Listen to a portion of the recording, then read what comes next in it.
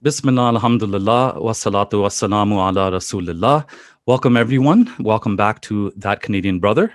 Today, I have a very special guest who is what we in Ontario, I believe, call MPP, like Member of Provincial Parliament, which in his province of Alberta is called MLA, Member of the Legislative Assembly.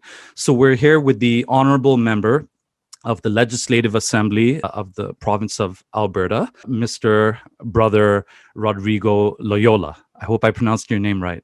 Indeed, you did. Alhamdulillah. Thank you for that.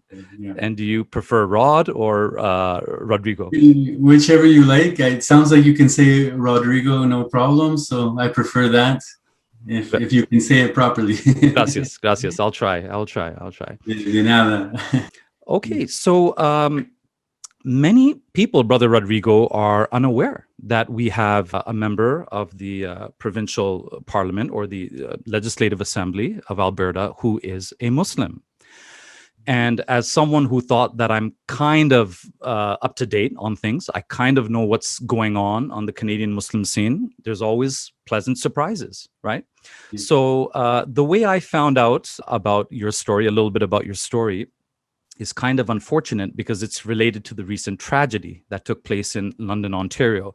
So I think most of the viewers are aware of the fact that nearly 2 weeks ago, or perhaps 2 weeks ago by the time I upload this video, a man ran a pickup truck purposely into a family of 4 Muslims in London, Ontario. 3 generations of that family were wiped out. And now the community is left with a 9-year-old orphan as a result of that.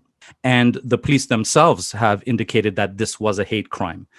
So they have reason to believe that this was a targeted killing, that he ran over this family specifically because they were Muslim, because of their faith. So anyhow, the connection here is that as a result of that, and this is a positive thing, I guess, that came out of it, is that we saw political leaders of all stripes, of all political backgrounds, come out and condemn this act, rightly so.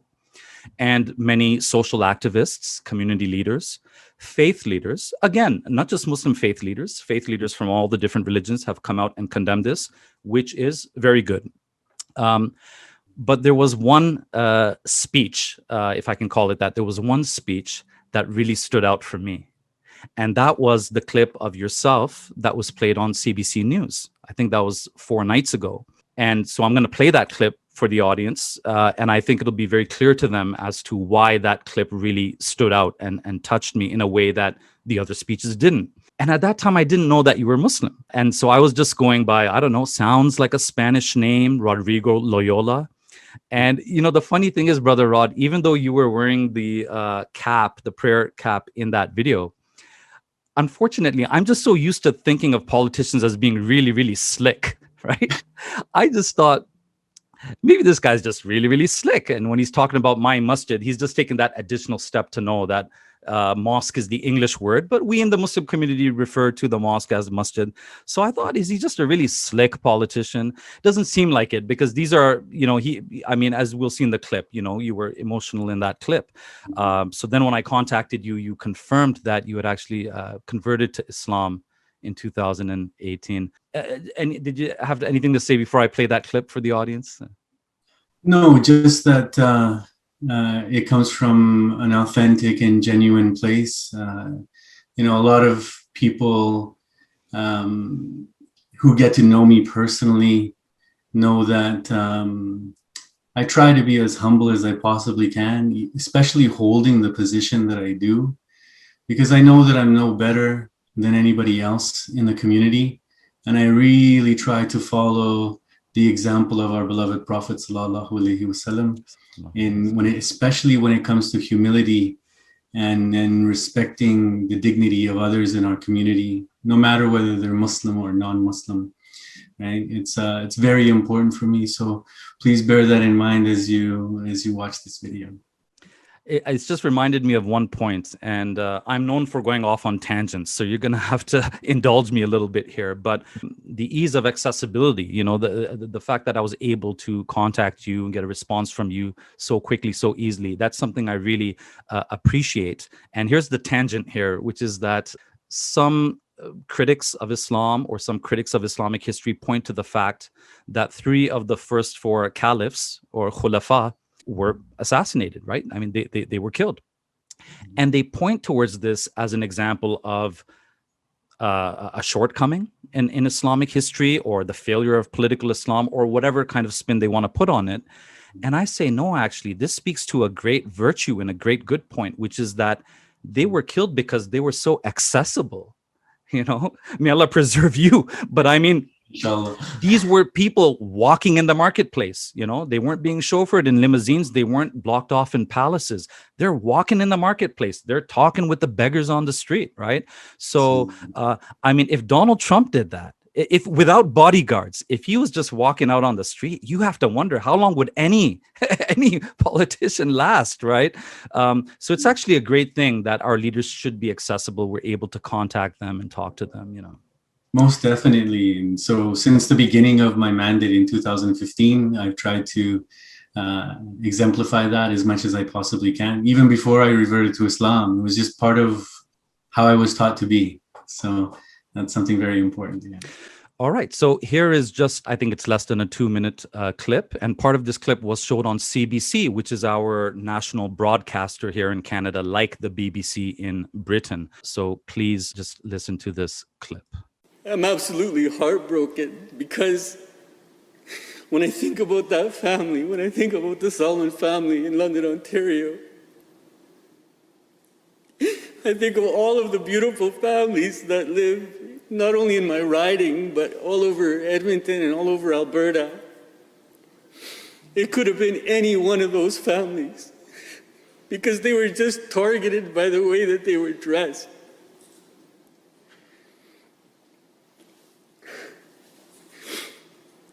I think that we have so much work to do. And I appreciate that members of this House are getting up and denouncing this because, as I said in my member statement today, this is the bare minimum that we can do. The bare minimum. But I know for a fact that we can do more. Because even though here I am in a position of privilege, able to help in the decision-making process, in the democratic decision-making process, I feel powerless. Because we're divided. We continue to use rhetoric that continues to polarize the people of Alberta. We need to take responsibility for this. We need to watch the words that we say in debate. Be careful with what we are saying, because although you may not have the intention of making it sound like it's hate, the people that do hate interpret it that way. And then they go out and they act upon that hate. Let's be realistic. That's what's happening here. Thank you for that, Brother Rodrigo. I don't know. There's not much more I think that I can add to that. Like, you've said everything, and not just what you've said, but I mean, I think your tone really conveys a lot, of that hurt and that pain. If I can just take this back a little bit, Brother Rodrigo, to a little bit more about yourself. And the way I want to connect that with that video clip is that when you were talking about hate and stuff, I don't think this was just from the kind of Islamophobia direction or angle that you were making reference to, because from what I understand in the past, you have had some off-the-cuff remarks or digs made at you, even within the legislature itself, making indirect reference perhaps to your ethnicity, to your background. Obviously, you're a convert to Islam. I know you're not coming from a Muslim country, but if you could tell us just a little bit about your ethnic or family background and how that connected to what you said was some hate comments that had been made to you. Yes, most definitely. So my family actually originally is from Chile. We lived, or my mother and father and my older brother actually lived through the military coup that happened on September 11th, 1973. At that time, I was but a seed inside of my mom's womb. And I came to be born in February of 1974. So sorry, the military coup happened September 11, 1973. So I was born just afterwards. But as with most historical, socio-political trauma that happens to people when they have to flee violence, this is something that lasts for a very long time. And I think that having gone through that trauma, that experience, makes it very easy for me to empathize with the pain of others, especially refugees, having come from a very similar background. So we weren't technically categorized as refugees when we came, but essentially that's where we were. We were fleeing the violence. And so my father came first to Canada, and then my mother, my older brother, and we came in July of 1976. And then ever since, I was always involved with doing a lot of human rights work, because because the military coup in Chile lasted for 17 years. So we were always trying to do our very best to educate and build awareness about what was happening back in Chile, especially the human rights atrocities that were happening as a part of the dictatorship. I'm sure this is no strange. People aren't strangers to the things that happen all over the world, right? And when it comes to authoritarian regimes that basically devalue life so much that, killing someone in the street is of no mind to them. And this is exactly what was happening in Chile. Over, I don't know the exact numbers because they vary, but over 3,000 people were actually killed in Chile during this period. And many, many, many more were tortured, held in prison, and all these kinds of things. And because of that, it's been able to help me empathize incredibly with the immigrant population that has come to Canada. And so, for example, in my riding of Edmonton-Ellerslie, 50% of the riding is actually ethnically diverse. And not every riding across Canada is like that, but we know by the year 2030, this will be the standard. Everywhere in Canada will be basically 50% of the population will be ethnically diverse. And of course, they all come here for different reasons. And I always tell people that coming as a refugee is a little bit different than coming as an immigrant, because when you come as a refugee, you don't necessarily want to leave your family and everybody behind. You're not coming prepared to do that. So you're not visiting them the next month. Exactly, these kinds of things. So, for example, even when the Syrian refugees were coming, I did a lot of work with them, and that was actually before I reverted to Islam. But then you're right. So one of the earliest memories that I have as a child is being in the front of my house with my father and raking leaves while my brother was there, older brother was there, and he was going to school at that time, a Catholic school. And these boys came riding their bikes in front of the house, and they were saying, "Go home, you dirty Chileans." And I thought to him, and now I think to him, like at that time, I was just surprised and shocked. Yeah. But now I think to myself, like, those children, they don't even know who Chileans are. So then where do they learn the hate? You should have challenged them to a game of soccer. Or is that a stereotype? Good stereotypes are allowed. Good stereotypes are allowed. No, we should have challenged them. We would have beat them for sure. Yeah, okay. Most definitely. Well, I'm glad that we can look back at these things with a bit of humor. But indeed, when you're made to feel like the other, this is perhaps when people aren't treated with dignity, right? When you're treated like as other, as not from the human family, right?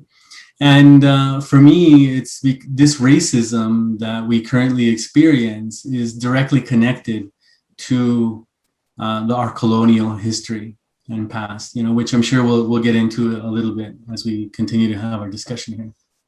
Yeah, I really appreciate the fact, that even before you became Muslim, you didn't need to become Muslim in order to be empathetic towards refugees from other parts of the world, including Syrian, mostly Muslim refugees from Syria, because you were able to draw on your own negative experiences from your early childhood. And I guess the way that I could relate to that a little bit is that I do feel very sensitive for like religious minorities in the Muslim world.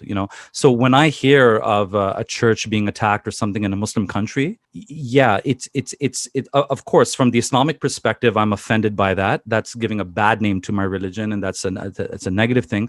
But specifically, as a Canadian Muslim, as a member of a religious minority myself, I can empathize even more with them. You know what I mean? Because once in a while, we get a little taste of that kind of religious intolerance, even here, right? Even in a very secular, pluralistic, democratic society. So I understand what you're saying. So anyhow, I mean, you won't be able to summarize your whole life, but maybe perhaps you can tell us a little bit as to like before we get into how you converted to Islam, because the people who are still watching the video mostly are really interested in that part. But how did you get involved in politics? I thought you were a nice guy. What happened? Well, I know the stereotypes that exist about politicians, and they're stereotypes that even I continue to hold to this day, because I know that there are people that get into politics for very self-motivating reasons. This is not something strange to the average person. We know that there are individuals there that do it for power, they do it for money, they do it for glory, all of the above sometimes. And then there are individuals that actually join the political game because they are really trying to change the society. And so for me, having grown up trying to defend human rights as they relate to authoritarian regimes, it was very important for me to then get involved in the local community here in Edmonton and deal with other injustices that I felt that were going on. Now, as I'm not too sure how many of your viewers know this, but in Latin America, for example, the majority of us are mixed race. So we're Spanish and Indigenous. So when I was entering university was right when the 500 years, the so-called discovery of the Americas, and even before that, I remember being a child. I remember being about 12, 13 years old and going to the public library with my mother. And I brought back home a book of all the Indigenous people throughout the Americas. So from Canada all the way down to Chile. And I remember as I was leafing through this book, my dad's sitting there with me and I'm leafing through the book and I'm like, Dad, they look like us. And he says to me, no, son, we look like them. Right. And so then that's when kind of my consciousness about my own identity started to come in. So then during that time period, I started to connect a lot with Indigenous people back in my home country of Chile, throughout South America, connecting with a lot of people. And then while in university, I had the opportunity when Indigenous people from Chile were coming here to meet Indigenous people, to serve as a translator between them. So English to Spanish, Spanish to English. Of course, they were speaking Indigenous languages. So it was a really interesting process, because it was like Indigenous language to English, English to Spanish, and then Spanish to Indigenous language. It was quite the process. But there again, I was learning a lot about what it truly meant to be a human being, because, for example, in my mother's mother tongue, which is Aymara, the word for elder means the person who has become a full human being. It doesn't mean old person. It means the person who has become a full human being. And then, so a lot of the understanding, like philosophical, cosmological understanding of my own identity started to ring and, well, influence greatly over how I thought about the world in its entirety. Now, you may be thinking, okay, well, how does an Indigenous person or someone who identifies with their Indigenous history then become a Muslim? Well, because I don't see there's a lot of difference, right? And then when I started learning that our Prophet Muhammad sallallahu alaihi wasallam was the final prophet, well, then all of it started coming together and making sense for me. And and I'll remind your viewers that and I'm sure they know this, the majority, but Allah subhanahu wa ta'ala sent 124,000 prophets. Now, who are we to know to which communities he sent those prophets? So I'd like to think that he did send some of those prophets to indigenous peoples throughout the Americas. And this is why we find so much similarities between Islam and a lot of indigenous knowledge and understanding. And I mean, they're not completely the same. Of course, there are differences, sometimes subtle differences, but there is so much more in common than there is different. Absolutely, yeah. I mean, in more than one place in the Quran. So, for example, in Surah Yunus, Allah says, "A'udhu billahi minash shaitanir rajim, wa likulli ummatir rasul," and for every community there was a messenger. So it's not saying for every Middle Eastern nation or every Middle Eastern tribe or every Israelite tribe there was a messenger. For every community there was a messenger. And so I think this is something that we need to emphasize and share with people more, because some people possibly on their understanding of Judaism or Christianity believe that, okay, like, why are there only Jewish prophets? Why are there only prophets in one piece of real estate somewhere in the Middle East? And our response is, that's not what the Quran says. That's not what the Quran says, at all. So that's a really fascinating story so far, Brother Rodrigo, that, one of the reasons you became functionally like a refugee coming to Canada was connected with 9/11, but the other 9/11. So there's a connection there. And yeah, I totally appreciate that Chile already has a very interesting mixed racial background. It's Spaniards, but also indigenous people. I'm sure there were Africans as well. There were African slaves. So people have really mixed up. And to add to the mix, the occasional Muslim Arabic name thrown in too, right? Omar and Fatima, and at least in Mexico, yes. I hear a lot of this throughout all of Latin America. And I'll let and I'm sure that some of your viewers may know this already, but Islam is the fastest growing religion in Latin America at this time.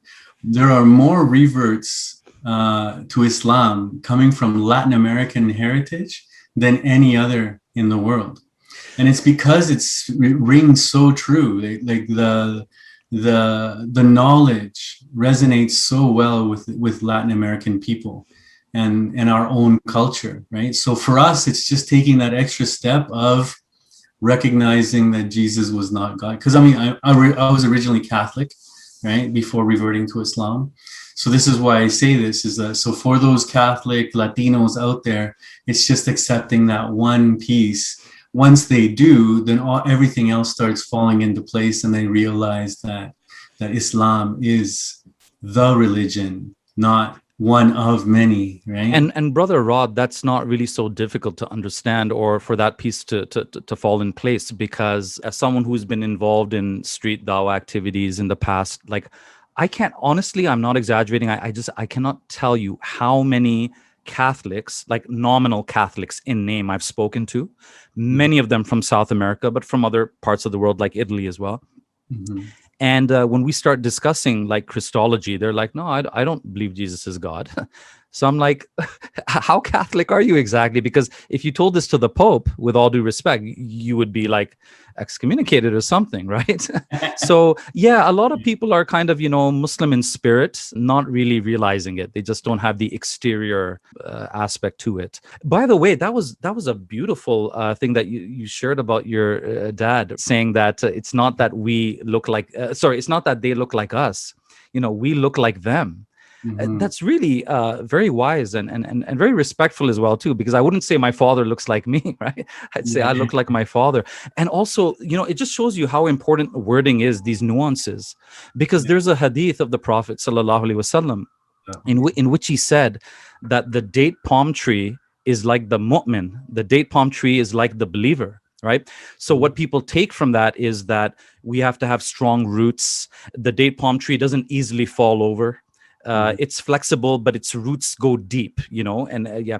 But the point that I wanted to just mention here is that one of the explanations I heard from one of the scholars was that notice that the prophet didn't say that the believer is like the date palm tree. He said the date palm tree is like the believer.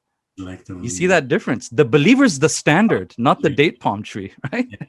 Subhanallah. So it reminded me of that.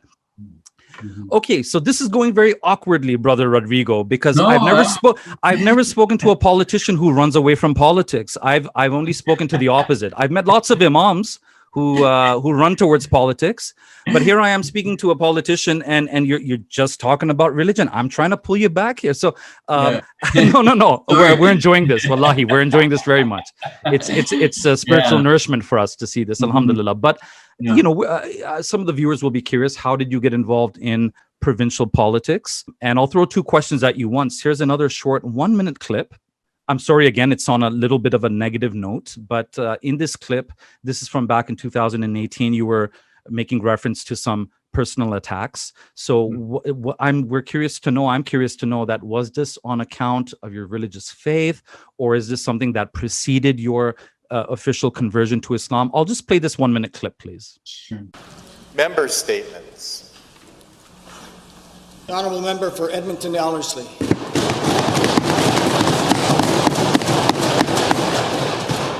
Thank you, Mr. Speaker. Under the Canadian Charter of Rights and Freedoms, citizens of this country are provided the right of freedom to believe in whatever they wish to believe. Under Section 2, it specifically states, everyone has the following fundamental freedoms. Subsection B, it specifically states that everyone has freedom of thought, belief, opinion, and expression. This is absolutely necessary in a democracy. However, the opposition in this House consistently ridicule those who do not share their point of view. Just last week, I was the subject of racially focused discriminatory remarks in this very House during Committee of the Whole.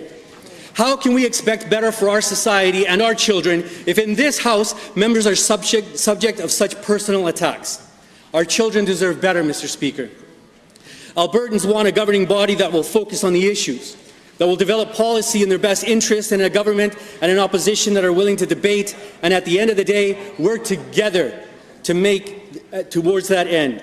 However, Mr. Speaker, what they get instead is an opposition that bullies its way through sitting after sitting, hurling insults and racist remarks at members of this House for their belief rather than focusing on policy. As we all know, children learn by example. Let us do our best to be the good example they aspire us to be, and once and for all, put an end to personal attacks in this House.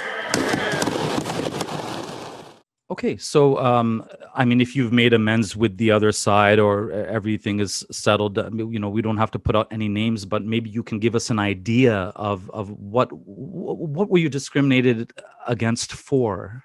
Yeah, so that at that particular instance in the House, and I'll just let people know that this has been repeated. It's not just a single time. This particular time, they were making reference to my support for Latin American progressive governments, right? Now, specifically, the one that they like to poke at me is Venezuela and the support for Hugo Chavez at that time. Now, I want to make it absolutely clear. I don't believe that there's any state that is doing things 100%. There's always problems with any system. So let me just preamble with that. What I was saying, though, is that my particular belief is firmly housed within anti-imperialism, the way it is in anti-colonialism, right? And so when they attack me, they like to attack me politically by mentioning these places and saying, well, you believe in these godless socialists. And it's not necessarily that. I just believe that a government should be there to serve everybody in the society and provide opportunities for everybody. So, like the biggest criticism will be, well, in socialism, you believe everybody should have the same thing. And I'm like, no, it's not about everybody having the same thing. It's about everybody being equal under the law and everybody having equal access to the law, which we continue not to have here in Canada, in Alberta, right? Not everybody has equal access to the legal system, for example, and just your average Joe or Jane or indigenous people, right? Not everybody has equal access. We have our own Palestinians here in Canada in that sense of the indigenous people and the situation that they're in, Exactly. So I think that we have a long way to go. It's not necessarily that I want us to become, the next Venezuela or the next Cuba or anything like that. I'm just saying that we can learn from how they stress particular rights. Because as you know, the Canadian Charter of Rights and Freedoms has individual rights. Then it has these liberal rights that, have to go with sexual orientation that we can have which don't necessarily we agree with 100%. But then the most important for me are the collective rights. So for example, universal health care, the way that I believe that we should have universal child care, or for example, everybody should have equal access to have housing. Right? I mean, we have homeless people here in Canada. It continues to be a problem. Now, why those people are homeless is up for debate, right? But I mean, at the end of the day, we should be making sure that all Canadians have equal access to the collective rights, which are just as important. Like, for example, our Indigenous brothers up north, I'm sure that many of your viewers have heard this, have to pay like $11 for a liter of milk. Like, this is just this is food, and food security is something that's very important for the human being to be able to just to exist. Right. And so these are things that we need to continue looking at here in Canada. I know that we have a very good country, but we can always make it better. Yeah, absolutely. Yeah. No, I appreciate what you're saying. There are aspects of that system that are compatible with our ideals and our beliefs, whether as Muslims or as Canadians. And if anything, from what I understand, Canada traditionally has had influences from what you can call socialism. And you gave the example of universal health care. So, there's some Americans that would point towards that and say that's communism, that's socialism, but that's mainstream Canadian. If you don't mind, my brother, like one of the things that I've been really speaking to people about in the Muslim community lately is, for example, translating zakat as charity. This is not the proper translation of zakat, because when we look in both the Quran and in Hadith, when you see it described there, it has to do with both reestablishing the balance of wealth in society, and that zakat is actually owed to the poor. It's not, I'm out of the, because I'm a nice Muslim, I'm going to give my money to the poor. No, in our religion, it's no, this wealth has been given to you by Allah, and you're lucky to have this, and now you must give this part of this wealth to the people who need it most. And how other way can you describe the whole concept of a welfare state? Yeah. This is actually built into our religion. So it's something very important to me when speaking to brothers and sisters of our faith, that this translation doesn't do it justice. Mm-hmm. And it really calls on us to rethink about how wealth imbalance exists in our society, inequity. Yeah, that's a great point. That like zakat is the right of the poor. And you don't give people their rights just because of the goodness of your heart. Like, I mean, you must. You are obligated morally and legally in Islam to give the rights of the poor. And just to clarify for the non-Muslims watching, we do also have voluntary charity, which is sadaqah, of course. And sadaqah can be given to Muslims. It can be given to non-Muslims. And there's no upper limit on how much you want to give in charity to anyone that you want to help. And that's something very encouraged. So thank you. Thank you for that. So, I mean, we wanted this video to be educational, from the Islamic perspective. But again, this will perhaps be my last political question, because we want to educate Muslim youth here a little bit about politics as well, too, right? Am I still getting your sound? Yeah. Yeah, great. I am. Yeah. So just to educate some of the Canadian Muslim youth and myself as well too, what is your role as an MLA, member of Legislative Assembly, which for those of us who are here in Ontario would be an MPP, like a member of the provincial parliament? What are your like day-to-day duties or responsibilities as an MLA? And maybe, Brother Rodrigo, if you could just give a quick word to those who are watching outside of Canada, like what are the three levels of government in Canada, and the level of government that you're operating on, what are its responsibilities or its jurisdiction? Sure, most definitely. So here in Canada, we have essentially three orders of government, we like to say. So there's the federal, the provincial, and the municipal, right? And my particular responsibility is at the provincial level. So a member of the Legislative Assembly of Alberta. Here in the province of Alberta, we have 87 seats, and I am one of those 87 members. At the current time, I belong to the, and I will belong, hopefully, until the day I die, to the Alberta New Democratic Party. And I make that distinction because the federal party is like our cousins, right? So yes, we're still New Democratic, part of the New Democratic Party as members, but the parties are not the same. So you will have policies that will be distinct at the different levels. So we don't necessarily agree with all the policies that, right, for example, Jagmeet Singh is pushing right now as part of the federal NDP here at the Alberta level. See, sorry to cut you off. That's a very useful analogy of cousins, So you play together part of the time, but it's not like you live together, Yeah, exactly. Exactly.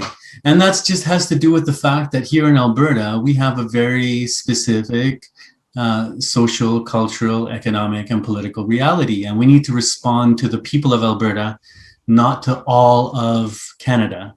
Right. So for example, people may know that here in the province of Alberta, over 50% of our economy actually is derived. The GDP is actually derived from the petrochemical industry. Right. 25% of is extraction, another 25% of it is service to the petroleum industry. And so it's a bulk of our economic activity. So when the price of barrel of per oil actually went down below 30, it caused a big problem here in the province of Alberta. And it continues to be a problem. Like back in, the early 2000s, the barrel per oil was sitting at about $113. So when you compare it to having it fallen all the way down below 30, this has a drastic effect because, of course, everything that is extracted, some of it is given to the provincial coffers, right? And we depend on a lot of that to be able to provide the services to Albertans. So one of your questions is, okay, well, what is in the domain of the province? So it's healthcare, education. These tend to be the largest ministries. Then we have post-secondary education.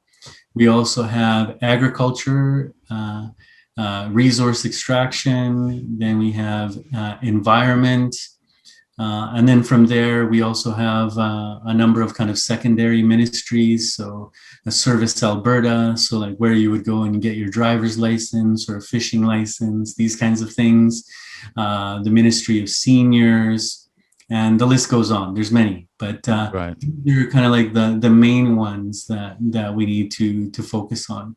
Yeah. So of course, me being in the NDP, the Alberta NDP, right now we're sitting as the opposition. We used to be government not too long ago, before the last election, and then hopefully, inshallah, we'll become government again, and we'll be able to put a lot of our policies into practice.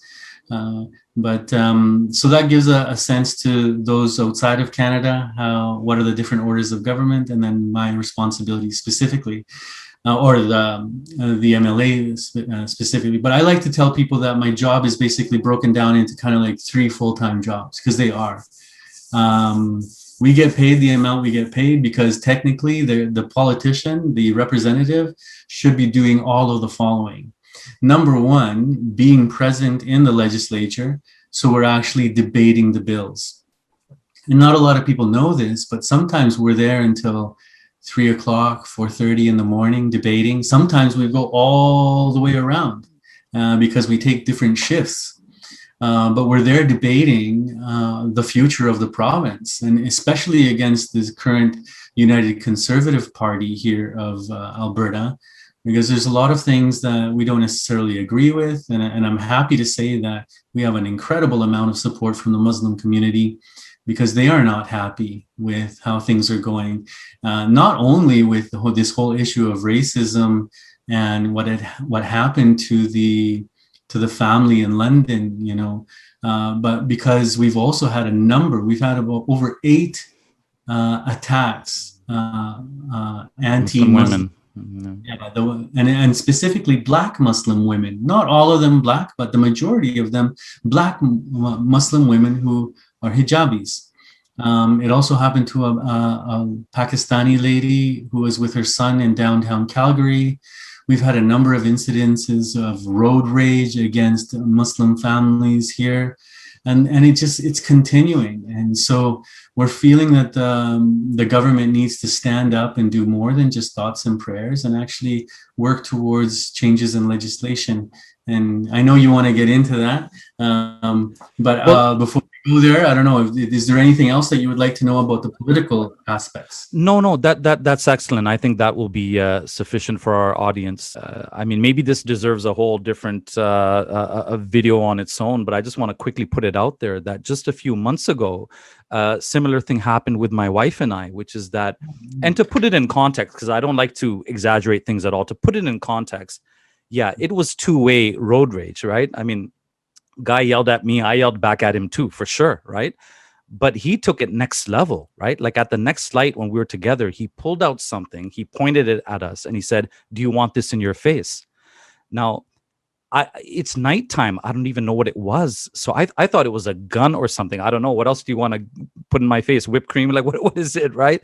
So yeah, we reported that to the police and everything. Fortunately, the police acted on that. They found that vehicle because we knew the license number and everything. It turned out to be bear spray. Which is better than a gun, but that would have probably have ruined my night as well too. So yeah, and no doubt there was hate involved, because he told me to go back to India, which is not where I'm from, but and he called me a terrorist. And I thought the irony of pointing a weapon in my face and you're calling me the terrorist. Like you're trying to intimidate me. You're making a violent threat against me. But anyhow, Brother Rodrigo, we're coming now to the point that everyone's been waiting for. A lot of young Muslims will be interested in knowing, and older Muslims as well. How did you find Islam? How did you convert to Islam? How did you start researching Islam? Why did you become a Muslim? Are you fond of making your life difficult? I mean, you were already coming from a background where you've been the jab of jokes and insults or whatever due to your ethnicity.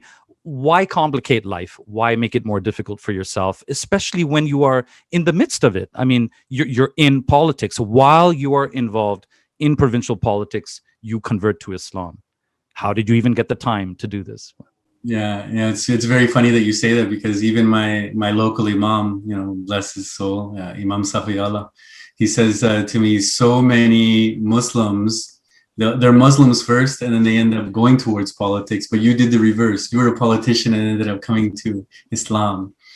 And the truth of the matter is that it all had to do with the shooting at the Quebec City Mosque.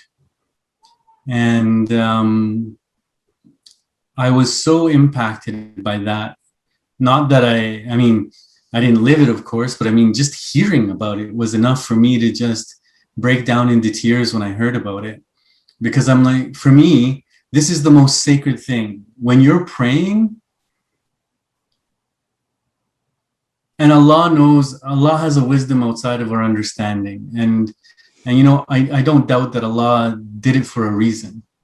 Maybe it was to impact others around the world the way that I was impacted, Inshallah, that was the purpose.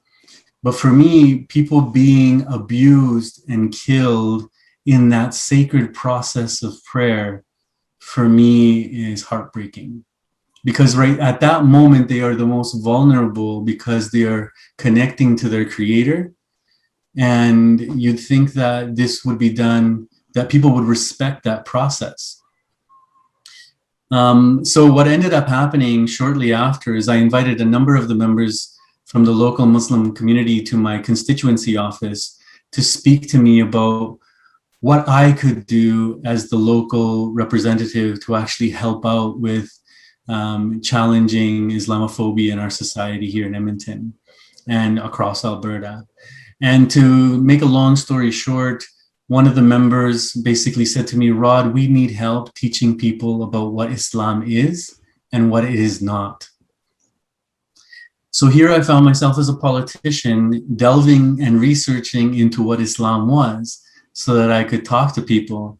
And, you know, now I jokingly talk about it and say, well, I started doing dawah work before I was even a Muslim, because essentially that's what I was doing. I was, but it came on a foundation of an enormous amount of respect for Muslims, because as a Catholic, and I'll be honest with you, as a Catholic and a social activist, one of my heroes has always been Malcolm X. And so for me, and I came to learn much later that the Nation of Islam is very different than Islam itself, but the discipline that is required to be a follower of Islam was something that was always attractive to me, because my parents raised me to be very disciplined in that nature. So I'll tell you that even before this whole scenario that I was describing with the community, I would actually fast with the community. And then I would also fast during the month of Lent.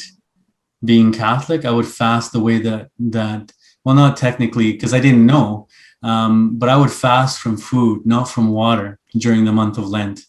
So for the entire week, except for Sunday, I would fast. And then later on, during that year where I was teaching people about Islam, not being Muslim, then I said to myself, you know what? I want to see if I can live the lifestyle of the Muslim. So, you know, I didn't drink a lot to begin with. You know, I'd have maybe a glass of wine with dinner here and there. But I said, okay, I'm going to no more alcohol. And then I said, okay, I'm going to start eating halal. And then during that same process, as the politician of the local area, I would go to the Juma prayer once in a while to just greet the community. And then one of the days that I was visiting there with the community, one of the members, who I actually door knocked ages ago, he says to me, Rod, why don't you come and pray with us? And I thought to myself, you know what? Well, I believe in God. They believe in God. What's it going to hurt? You know, I'm just going to pray the way that they do. But then that was the first time that I heard the Quran recited. And let me tell you, it just touched my heart. I cried that day. And even though I didn't understand what was being recited, the way that it was recited, and perhaps, you know, Allah knows best why he decided to open my heart that day, but he did. And then since that day, I started wanting to go to the masjid every day to just go pray. And let me tell you, this is going to be funny for your viewers. I had no idea that you had to do wudu before going to pray. Yeah. So Maybe I can put in one of those not so funny jokes here, which my dad told me. I don't know why when I was a kid. I mean, some jokes don't translate so well. It's funnier when you hear it in Punjabi. But I don't know. It's something about a kid in the village. There's some kids playing, and an elderly sheikh, an elderly man, comes by to them and says, "Why don't you come to the mosque? It's time for the Dhuhr prayer. Put aside your play for a little while. Come and pray." And the kids say no. So he tries to kind of lure them in a good way, and he says, whatever. I'll give you $50 or something. If you come for the whole month and you pray your 5 prayers in the mosque, I'll give you a big treat, or I'll give you some money or something like this. So he just says this as a kind of like trying to encourage them. So one of these kids actually takes up the challenge, and he goes and he prays. Every day he prays all his 5 daily prayers. And after a month, he goes to this elderly man and says, I took up that challenge. I did it. So you're going to give me a whole stack of money or a whole stack of cash? And so this elderly man says, son, I was trying to encourage you to do a good thing. I didn't think you're actually going to do it, or you're actually going to ask me for the money, or I thought after you start praying, you'll care more about that, not really about the money. He starts making some excuses. Yeah. So the kid says, well, the joke is on you because I didn't do wudu anyhow. I was praying, but I didn't do wudu, right? So anyhow, I mean, that's a powerful story. It always is. Of course, we love to hear about people and how they came to Islam. And yet it's not completely unique, because it's interesting. These features are shared by many other conversion stories as well. I have seen it happen before. I've seen people who became Muslim who were giving dawah even before they became Muslim.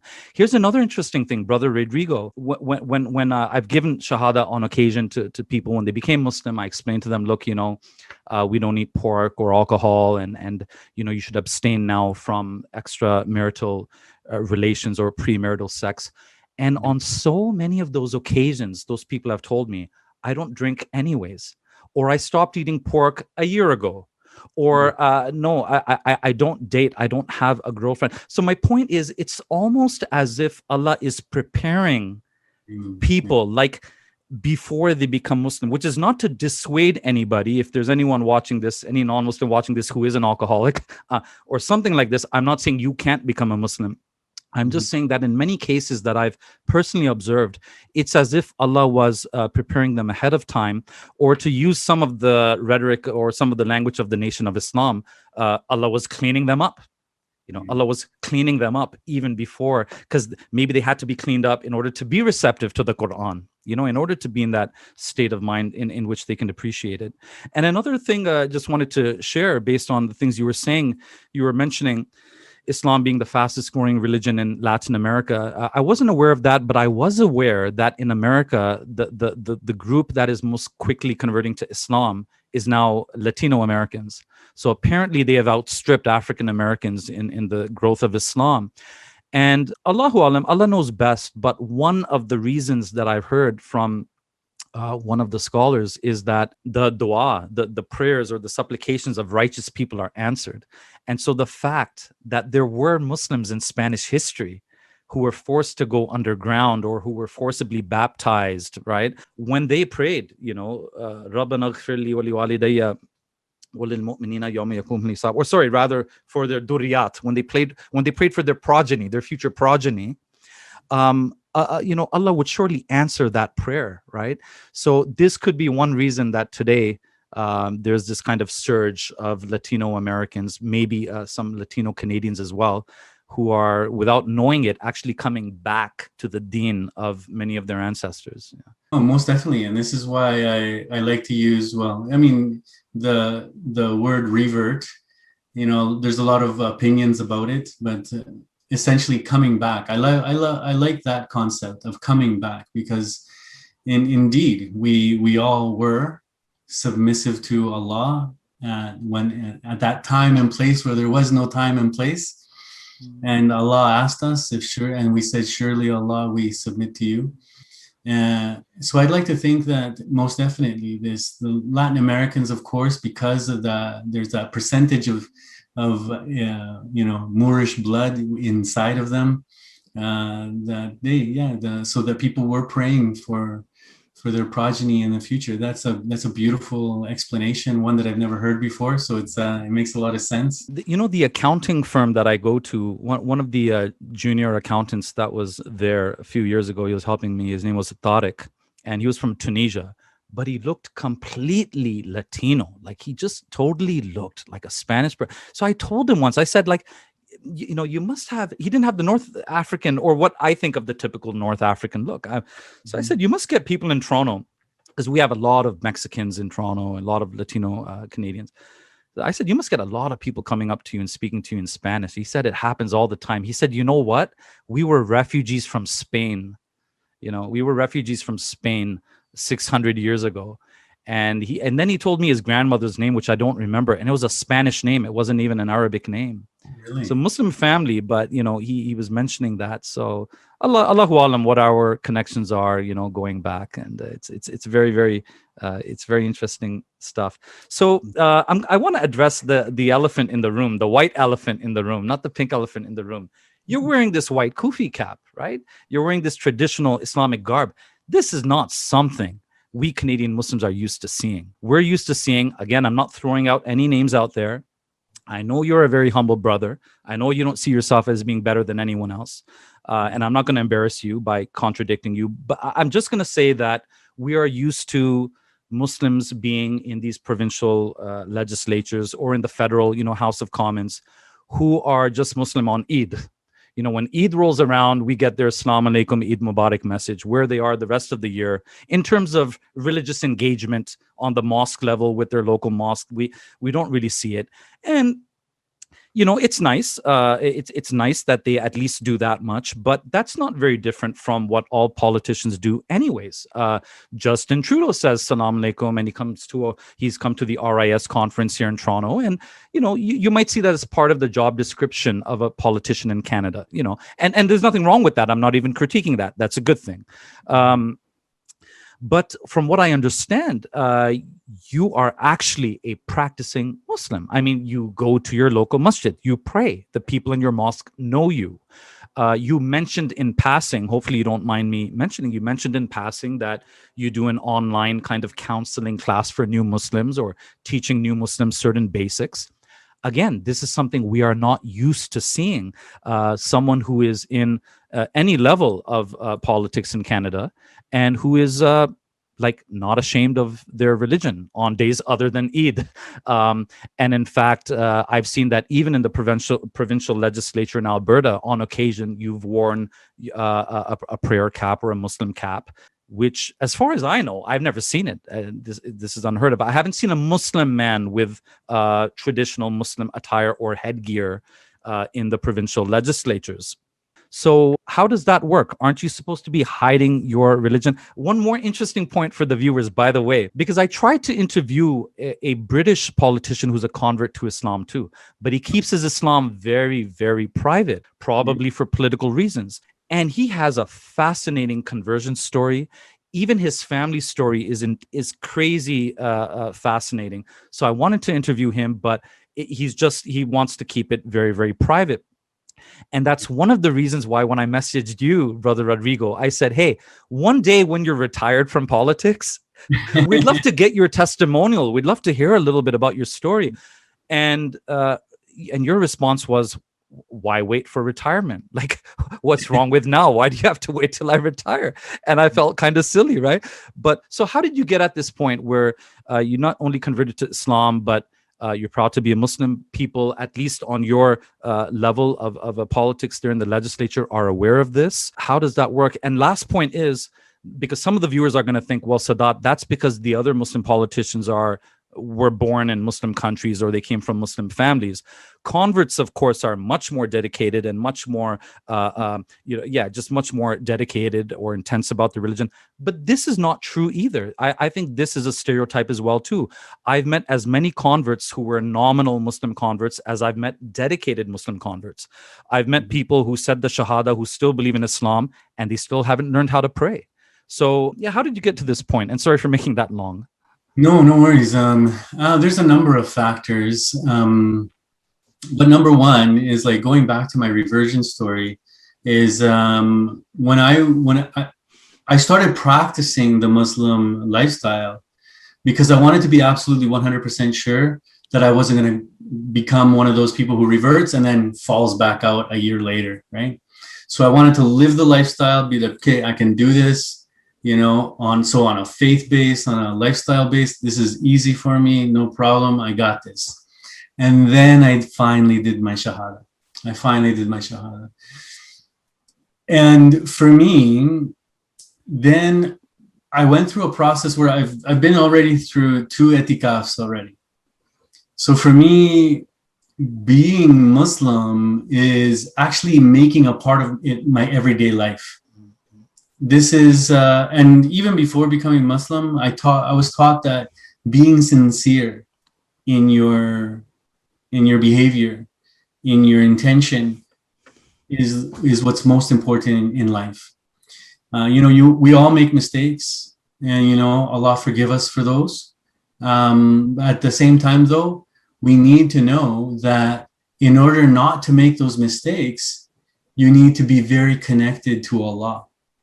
And so wearing the cap for me is just the same way, I guess, for our Muslim sisters when they wear their hijab. It's a part of their identity now.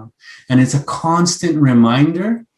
And I'll give you the perfect example, you know, like when I'm driving and I have my kufi on, it's like, don't speed. Because if you speed, then people will think that Muslims are speeders, you know, or whatever. Like, so it helps curb my behavior on the daily to remind me that a Muslim has a specific way of acting in the world. And then when I have this on, I'm not just representing myself, I'm representing Islam. And, you know, maybe that's, you know, maybe, I don't know what the word is I'm looking for. Maybe it's egoistic or egocentric for me to believe that. But I mean, I do it with all sincerity. I don't mean it like, oh, I represent all of Islam. No, it's just, for me, it helps me remind myself that I need to be sincere and practice my religion on the daily. And then the other thing too is that in the house, I wear it because after all the wisdom that has been shared with me, I finally come to learn that I am Muslim first before I'm anything else.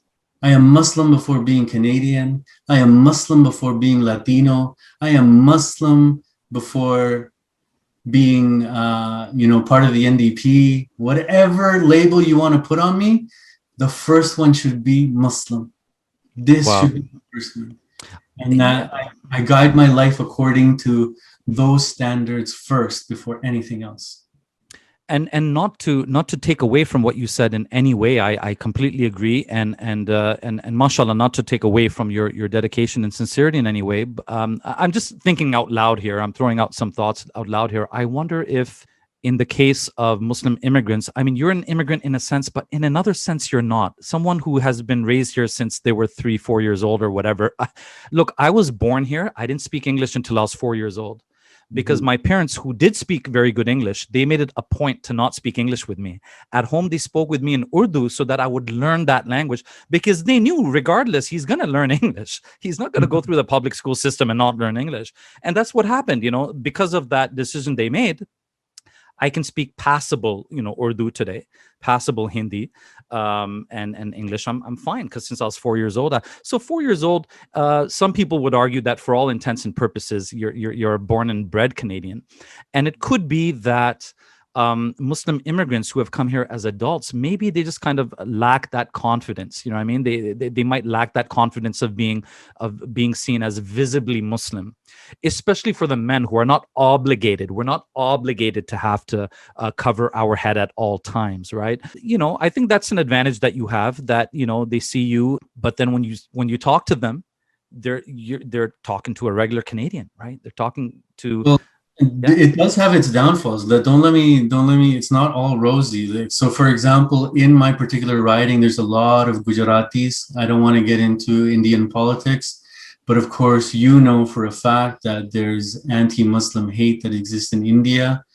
I'm not pointing at just Gujaratis or Hindus, but at the very beginning, colleagues of mine, people who were Punjabi, Sikhs, were like, okay, for them it wasn't an issue of like, okay, you want to be Muslim now? No. But they were like, Rod, you don't understand. Like, if you become Muslim, that group of people aren't going to vote for you. Mm. And I said to them, well, if they're not going to vote for me because I'm Muslim, then I don't want their vote. I don't want it. Yeah. Because if you have that kind of hate towards a specific group of people just because of their religion, then that's, you and I don't have anything in common then. Yeah. And then I'd much rather work with people to be understanding and accepting of one another, because at the end of the day, we can be of different religions and still agree on certain things. Like, so for example, here in my riding, we have an enormous percentage of Sikhs and Punjabis. And I get along so great with them. Like, for example, next weekend I'm a motorcycle rider, right? And so the Muslim Motorcycle Club and the Sikh Motorcycle Club of Edmonton, we're both planning a ride for the 215 children of residential school children of Kamloops, as well as our London family. It's a ride that we're doing together. And so it just, for me, it's all about trying to create solidarity between all the different ethnic groups that exist here, and show and demonstrate as much as we can that we have a lot more in common that we do different. Now, of course, I understand between Sikhi and Islam, there are some significant differences, right? But at the end of the day, that doesn't mean that we can't treat each other as brothers, right? I mean, we're part of an extended family, perhaps you could put it that way. Yeah. I've heard Dr. Shadi Al-Masri, who's a scholar from the U.S., from New Jersey. I've heard him say that we're still waiting. We're still waiting on a Muslim politician in the West who can show us that it can actually be done, meaning that you can be involved in politics without compromising your religion, without compromising on like major fundamental moral issues, right, in Islam. But he meant, of course, on the national level there in America, on the national level, or even here in Canada on the federal level. But I'm very happy to see someone like you at the provincial level who is, authentic, in that way. And what you said, I was kind of, surprised, but it's not really anything shocking or controversial, if I say that I'm proud to be Canadian, but, I'm Muslim first. And it makes sense from a metaphysical point of view when you look at it philosophically that, the Canadian passport is, and not just the passport, I don't mean it that way. Canadian citizenship, being a member of the society, has its great privileges. And yes, the Canadian passport has its great privileges, but a Canadian passport will not help us on the day of judgment, because even most Canadians, I'm sure, will agree that God is not nationalist and racist, right? So it's not like, oh, you have an American passport, that's heaven, go ahead. Yeah. You have a passport from, I don't know, Bangladesh, go to hell. It's not going to work this way. So it's not really anything controversial the way I look at it, and nor does it contradict the fact that we should be civically engaged. We should partake in civic engagement and help the society in which we live in. I see that as part and parcel of Islam, really. So after you became Muslim, I guess you already covered this, but I mean, did it present any new obstacles or challenges for you in politics? Yeah, so most definitely, on one level, it was the whole Gujarati issue that I mentioned to you, and Hindus, and what was my relationship with them going to be like. So I needed to reach out to as many Hindus from the community and say, look, I'm still Rod. I'm still going to be the guy who loves you and helps you regardless of religion. I may not agree with them when it comes to their religion and their perspective on life and, who they light candles to or fires to and things like this. But that does not mean that I'm not going to help them as a constituent of mine, right? So now we're finally at that stage where so many members of the Gujarati community, Hindu community in general, come and see me. Their faces light up every time that, I was just telling a good friend of mine, Imam Sadiq, he's the outreach imam here in Edmonton for Al Rashid Mosque. He was like, Allah bless you, Rod, you're doing a service for Islam. Now they're getting to see another face of one particular Muslim, but who is at the service of people and is helping everybody regardless of religion, regardless of ethnicity.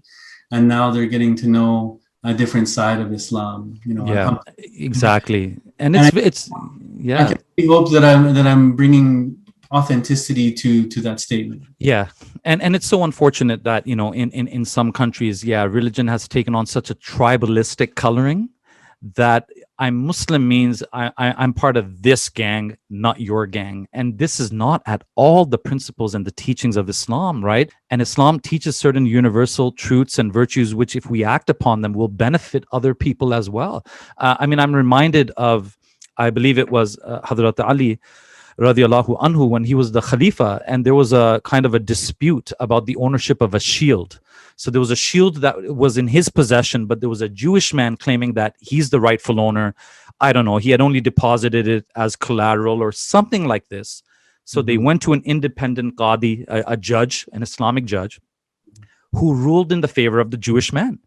and told the Khalifa, and this is Hazrat Ali, who we revere as a saint, but he had to return the shield to that Jewish man. Now, if you think about it, I think that's the spirit of Islam. But Brother Rodrigo, I would argue that that's the spirit, that's a Canadian spirit too.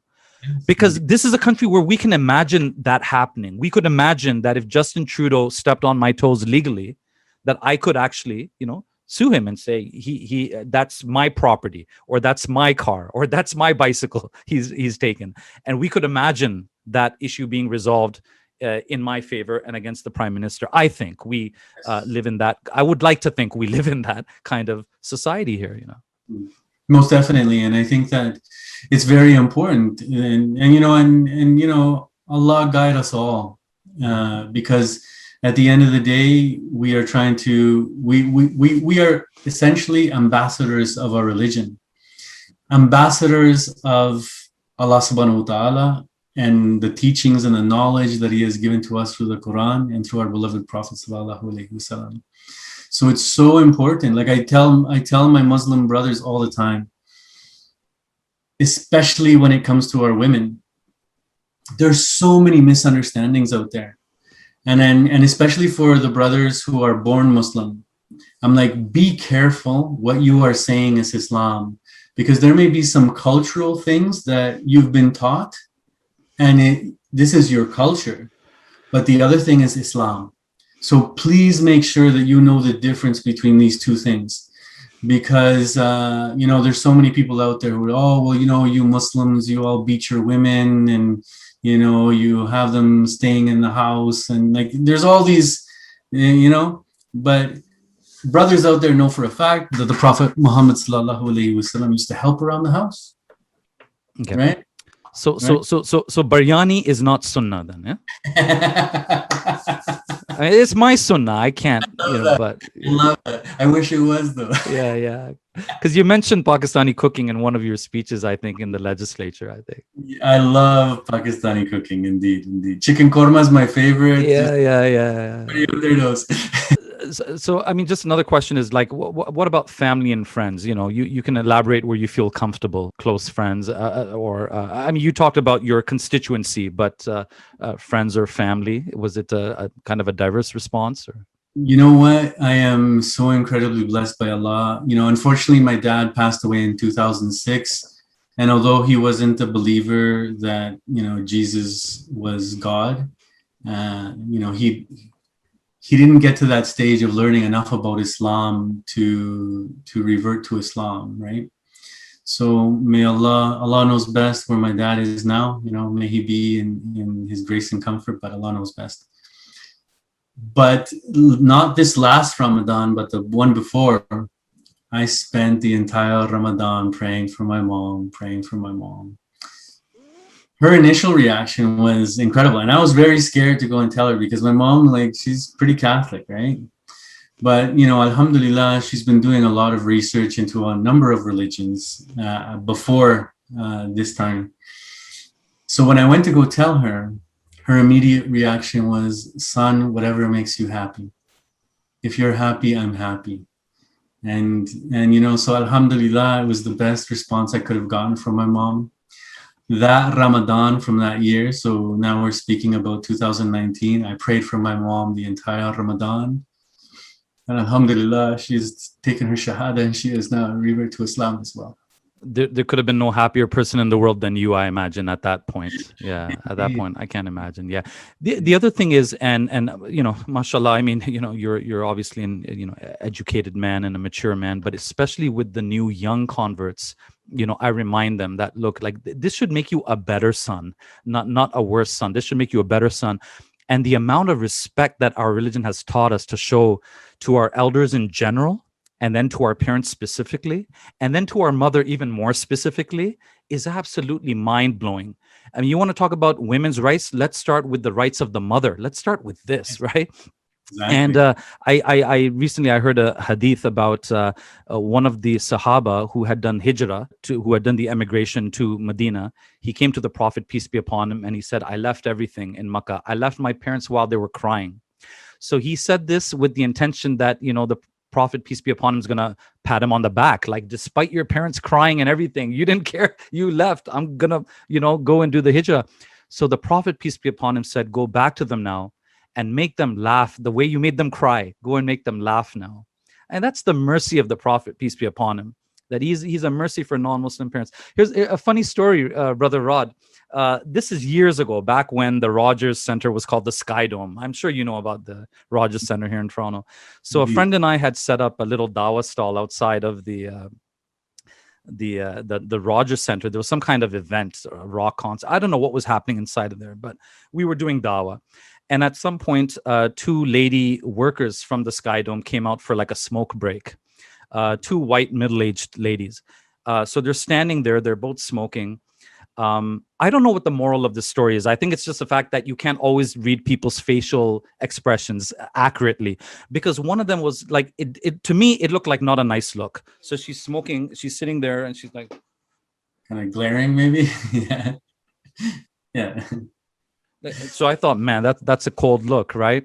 But because we were in the spirit of doing dawah, I was telling my friend, I was like, why don't we at least try to go and like talk to her? Does she know anything about Islam? Does she want a pamphlet maybe, right?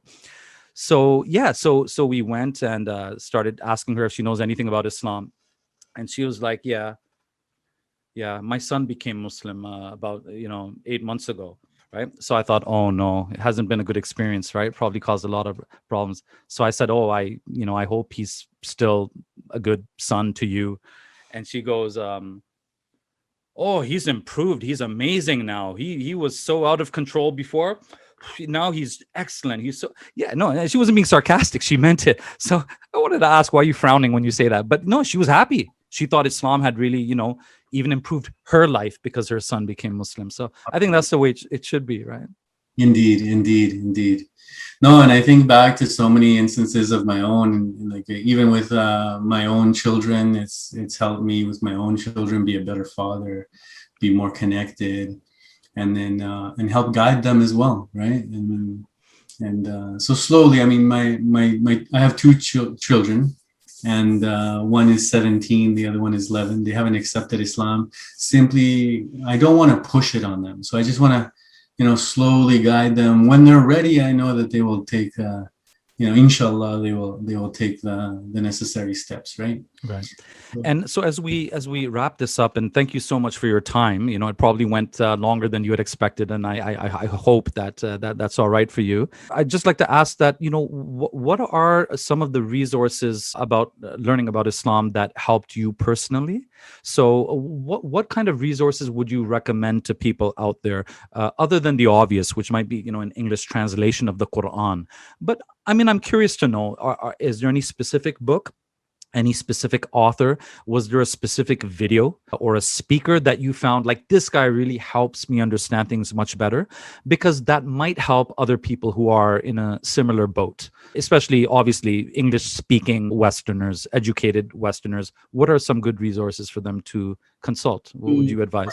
Number one, specifically for the Catholics out there, and I usually put this into my revert story, but I didn't put it this time because for time's sake.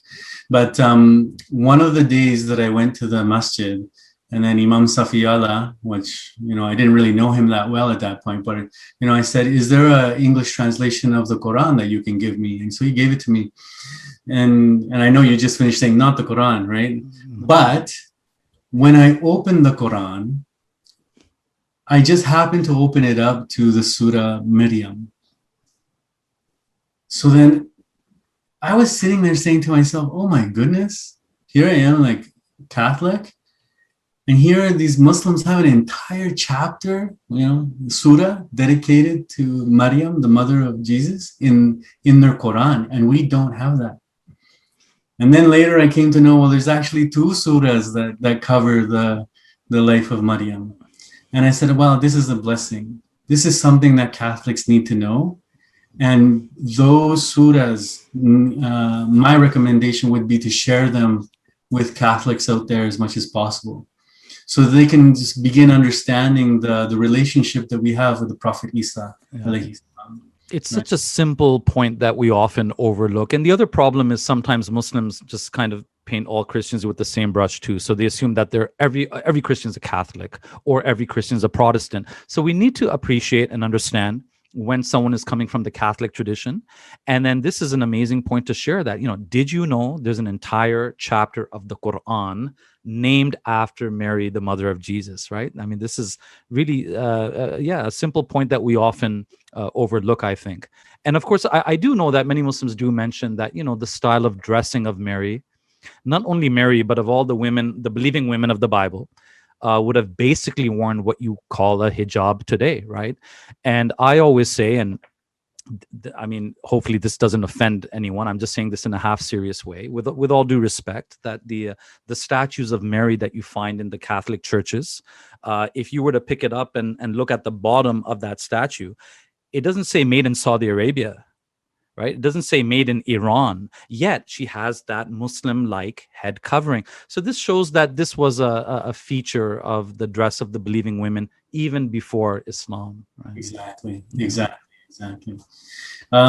You also asked the other resource that I really appreciated, and this was actually given to a friend of mine. And I don't know if when you play this, if this is going to be the mirror image or not, but this book is actually called Being Muslim, A Practical Guide by Asad Tarsin. And this resource has been an incredible resource, because everything else that I was finding in terms of teaching how to Islam was really kind of was like made for children, right? And there's nothing wrong with that. I read a lot of it. It helped me a lot. But then this particular book, Being Muslim, A Practical Guide, really helped me wrap my head around Islam. And you mentioned that I help other Muslims now. We actually use this book as the resource for that particular study session. Did you say Asad Tarsin? Yeah, Asad Tarsin. Yeah. If I'm not mistaken, he's the brother of a sheikh who lived here in Toronto for a short while. He's gone back to the US now, Amjad Tarsin. So maybe you might want to look him up too, Amjad Tarsin. Yeah. Definitely do that. So this is my recommendation to the viewers out there, and not just for new Muslims, like especially for our Muslim brothers who, maybe they've gotten to a level of kind of a stagnant space in their ihsan. I recommend this book. I really do. Yeah, because it's going to serve to kind of like renew and recharge your faith, and hopefully get you to that place where you can feel confident about demonstrating you are indeed a Muslim in public spaces, right? Yeah. And I don't want to add to your workload, but I would like to add that you yourself are also a resource, a learning resource for new Muslims. And so, I don't want to add to your workload. I know you're very busy, but, if there are new Muslims out there, or maybe Spanish-speaking Muslims who need to connect or learn how to network with other Spanish-speaking Muslims, hopefully Brother Rodrigo Loyola would be of some help for that. So, Brother Rodrigo, thank you so much for making time for us. Thank you for showing us that it can be done. And again, thank you for your very passionate speech and condemnation of those attacks in London, Ontario. I would pray that one day you will have success at the federal level of politics too, but because I see that it's as such a dangerous, minefield, I'm not sure. What I will pray is that Allah keeps you and me and all of us in Iman, and chooses that which is best for us in this life and in the Akhirah. So thank you so much for joining us. If you have any final word or statement for the viewers, please feel free to go ahead.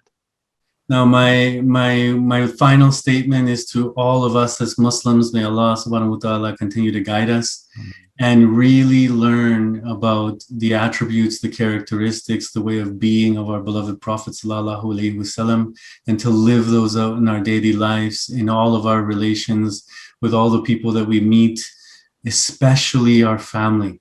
Because, one of the things that, and even I'm guilty of this, is with the people who are closest to us. Sometimes we forget to treat them with the most amount of respect and dignity.